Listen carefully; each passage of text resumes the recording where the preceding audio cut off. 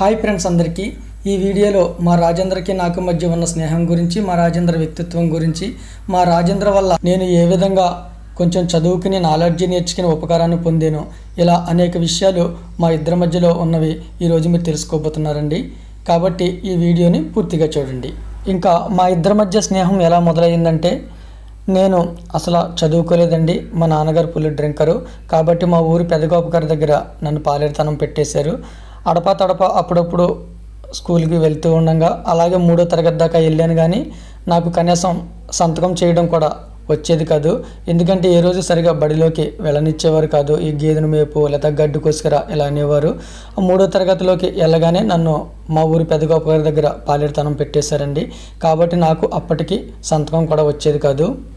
కానీ నా ఆలోచన విధానం ఎలా ఉండేదంటే, నేను ఏదో చదువుకోవాలి, సాధించాలి అనే థాట్ తోటి ఉండేవాడిని, అన్నీ తెలుసుకోవాలనుకునేవాడిని.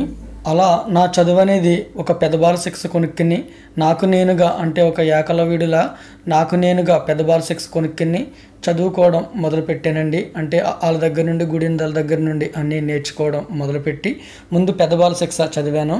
ఇది నేను అప్పట్లో చదివిన గ్రంథాలు, పుస్తకాలు. నాకు సంతకం కూడా చేద్దాం రాని టైంలో ఈ పెద్దబాల శిక్ష ఇది కొనుక్కుని దీని నుండి నేర్చుకున్నాను. ఆ తర్వాత ఈ బైబిల్ చదివాను.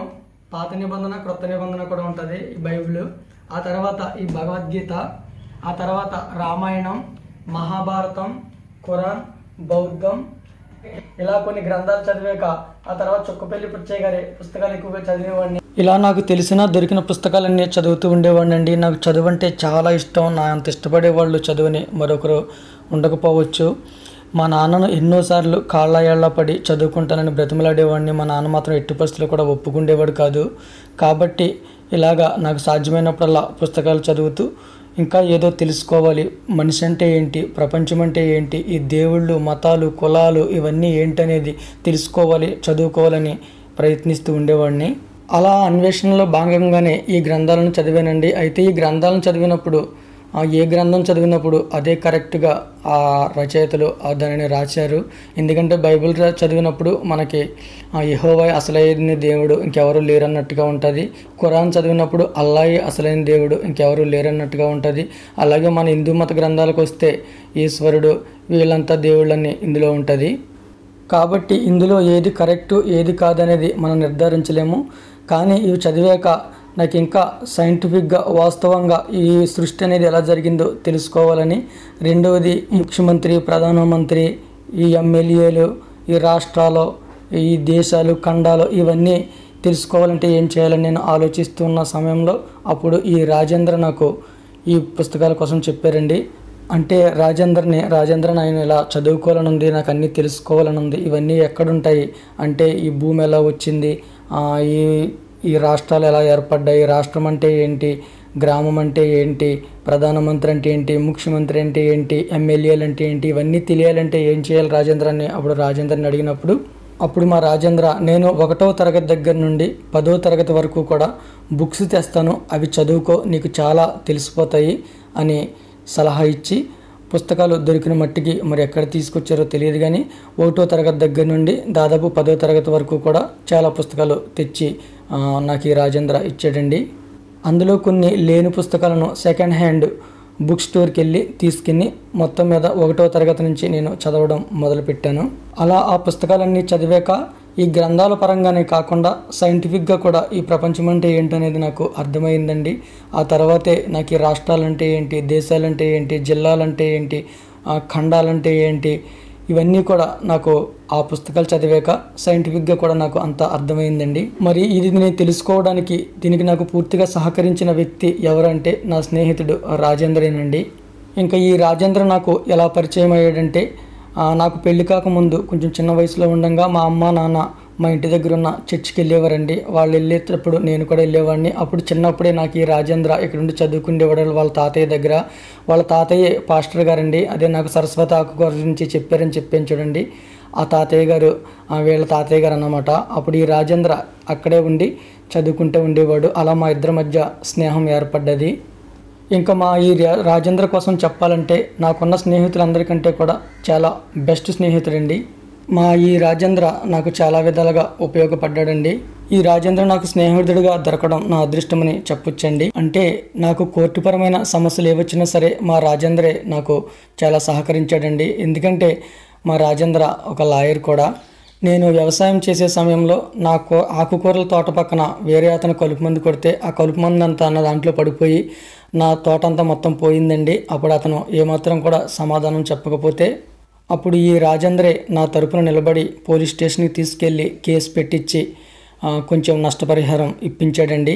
అదే కాకుండా నేను ఆకుకూరలు అమ్ముతూ 10,000 20,000 దాచి అవి ఎవరైనా అవసరమంటే అప్పిస్తే వాళ్ళు సరిగా సమాధానం చెప్పకుండా ఇవ్వకుండా ఉన్నప్పుడు కూడా మా ఈ రాజేంద్రే నోటీసులు ఇప్పించి ఆ డబ్బులు మళ్ళీ నాకు వచ్చేలా చేసి ఇలా చాలా విధాలుగా రాజేంద్ర నా జీవితంలో నాకు సహాయపడ్డాడండి. ఇంకా మా ఈ రాజేంద్ర వ్యక్తిత్వం కోసం చెప్పాలంటే నేను పూరి గుడిసెలో ఉన్న చదువుకోకపోయినా నాకు ఎటువంటి బ్యాక్గ్రౌండ్ హోదా డబ్బు ఏమీ లేకపోయినా మా రాజేంద్రకి అవన్నీ ఉన్నా కూడా ఎప్పుడు కూడా నా స్నేహాన్ని చిన్న చూపు చూడడం కానీ లేకపోతే నన్ను వదిలిపెట్టడం కానీ చేయలేదండి. ఎప్పుడు కూడా నాతోటి మర్యాదగానే ఉండేవాడు. ఇంకా మా రాజేంద్ర గురించి చెప్పాలంటే ఒక సైడే కాకుండా 2 విధాలుగా కూడా ఆలోచిస్తాడండి. ఉదాహరణకి ఇప్పుడు మా రాజేంద్ర ఒక చర్చిలో పాస్టర్గా కూడా కొనసాగుతున్నాడు.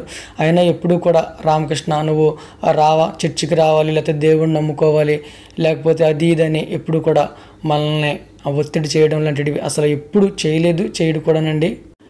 ఇంకా ఆశ్చర్యం ఏంటంటే నేను గ్రంథాలు చదివినప్పుడు నాకు అన్ని గ్రంథాలు దొరికినాయండి. ఖురాను, రామాయణం, భగవద్గీత, బైబిల్ ఇవన్నీ. కానీ బౌద్ధం దొరకలేదు. బౌద్ధం చదవాలని భీమవరం తిరిగినప్పుడు అది ఎక్కడ అప్పట్లో దొరకలేదండి. అప్పుడు రాజేంద్ర హైదరాబాద్లో ఉన్నప్పుడు రాజేంద్ర నాకు ఇలాగా బౌద్ధం దొరకలేదు, బౌద్ధం దొరికితే తీసుకురమ్మన్నప్పుడు సరే రామకృష్ణ ఎక్కడైనా దొరికితే తీసుకొస్తాను అని అన్నాడే తప్ప అదే మరొకరైతే నేను దేవుడిని నమ్ముకున్న బిడ్డని నీకు తెలుసు కదా బౌద్ధము గట్ట అలాంటివి తెమ్మంటావేంటని చిరాకు పడేవారు. కానీ మా రాజేంద్ర అలా అనలేదు. ఒకవేళ అతనికి ఇష్టం లేకపోతే రాజేంద్రకి ఇష్టం లేకపోతే రామకృష్ణ నీకు తెలుసు కదా నేను దేవుడిని నమ్ముకున్నాను అలాంటివి తేకూడదు అని సున్నితంగానే చెప్తాడు తప్ప ఒక మనిషిని మిస్అండర్స్టాండ్ మాత్రం చేసుకోడు అన్నమాట. అదే మా రాజేంద్ర దగ్గర గొప్ప వ్యక్తిత్వం. వేరే పర్సన్ ఎవరన్నా అయ్యుంటే మా రాజేంద్ర పాస్టర్ అయినందుకు ఎంత చెప్పినా రామకృష్ణ దేవుడిని నమ్ముకోడు లేదా దేవుడి దగ్గరికి రాడు, ఇలాంటి వాడితోటి మన స్నేహం ఎందుకని ఎప్పుడో వదిలేసేవారండి. కానీ నమ్ముకున్నా నమ్ముకోకపోయినా స్నేహం వేరు ఇది వేరే అని రాజేంద్ర అంటాడే తప్ప ఎప్పుడు కూడా మనకి ఒత్తిడి చేయడు. అసలు దేవుడి కోసం కూడా మనం ఎప్పుడన్నా కలిసినప్పుడు ఆ ప్రస్తాపన కూడా తీసుకురాడండి. నేను ఏదన్నా ఒకవేళ అడిగి తెలుసుకోవాలి ఇజ్రాయెల్ దేశం ఏంటి, అక్కడ కొంతమంది ఇంకా యేసుక్రీస్తుని నమ్మరంట కదా, యెహోవాని నమ్ముతారంట కదా, ఇలాంటివి నేను క్వశ్చన్ చేస్తే మాత్రమే వాటికి ఆన్సర్ ఇస్తాడు. కానీ ఎప్పుడూ కూడా మనల్ని కావాలని ఆ ప్రస్తాపన తీసుకురావడం దేవుడి కోసం చెప్పడం ఇట్లాంటివి కూడా చేయడం అన్నమాట. అంటే ఎవరి దగ్గర ఎంతవరకు ఉండాలనేది రాజేంద్రకి బాగా తెలుసండి. ఎంతైనా చదువుకున్నవాడే కదా. ఇంకా మా రాజేంద్రకి ఎదుటివారికి సహాయం చేసే మనస్తత్వం బాగా ఎక్కువండి. కులము మతం వర్గం అనేది ఏమీ చూడకుండా ఎదుటివారికి ఇలా ఎప్పుడు కూడా సహాయం చేస్తూ ఉంటాడు, దాన ధర్మాలు చేస్తూ ఉంటాడండి. అదే కొందరు అయితే పాస్టర్లు దేవుణ్ణి నమ్ముకున్న బిడ్డకే పెట్టాలి లేదా దేవుణ్ణి నమ్ముకున్న వాళ్ళకే సహాయం చేయాలని ఆలోచిస్తారు. కానీ మా రాజేంద్ర దానికి పూర్తిగా విరోధం. ఆకలితో ఉన్నవారు ఎవరికైనా సరే అన్నం పెట్టాలనే ఆలోచనతో ఇలా దాన ధర్మాలు కూడా చేస్తాడండి. రాజేంద్ర నీకోసం ఒక వీడియో చేస్తాను, నువ్వు దాన ధర్మాలు చేసి నీకు ఫొటోస్ పంపమన్నప్పుడు మా రాజేంద్ర ఎట్టి పరిస్థితులు కూడా ఒప్పుకోలేదండి. నాకు అలాంటిది ఇష్టం ఉండదు, నాకు పబ్లిసిటీ వద్దు, ఏమనుకోక రామకృష్ణ అని చెప్పాడు. కానీ నేనే మా రాజేంద్ర యొక్క ఫేస్బుక్లోకి వెళ్ళి ఈ ఫొటోస్ని కట్ చేసి తీసుకొచ్చి పెడుతున్నానండి. సారీ రాజేంద్ర, నీ పర్మిషన్ లేకుండా ఈ ఫొటోస్ని పెట్టి చూపిస్తున్నందుకు. అందుకే నాకు చాలామంది స్నేహితులు ఉన్నారు, కానీ మా రాజేంద్ర అంటే నాకు చాలా ఇష్టం అండి. చర్చిలో కూడా ఇతర పాస్టర్లు చర్చిలోంచి వచ్చే ఆదాయం తీసుకుంటారు, కానీ మా రాజేంద్ర అయితే చర్చిలో ఉన్న వాళ్ళకి తిరిగి బట్టలు పెట్టడం సహాయం చేయడం లాంటివి చేస్తాడు. కానీ 1 రూపాయి కూడా తినడండి. ఆ చర్చిలో దాన ధర్మాలు చేసే ఫోటోలు చూపిద్దామన్నా కూడా దొరకలేదండి.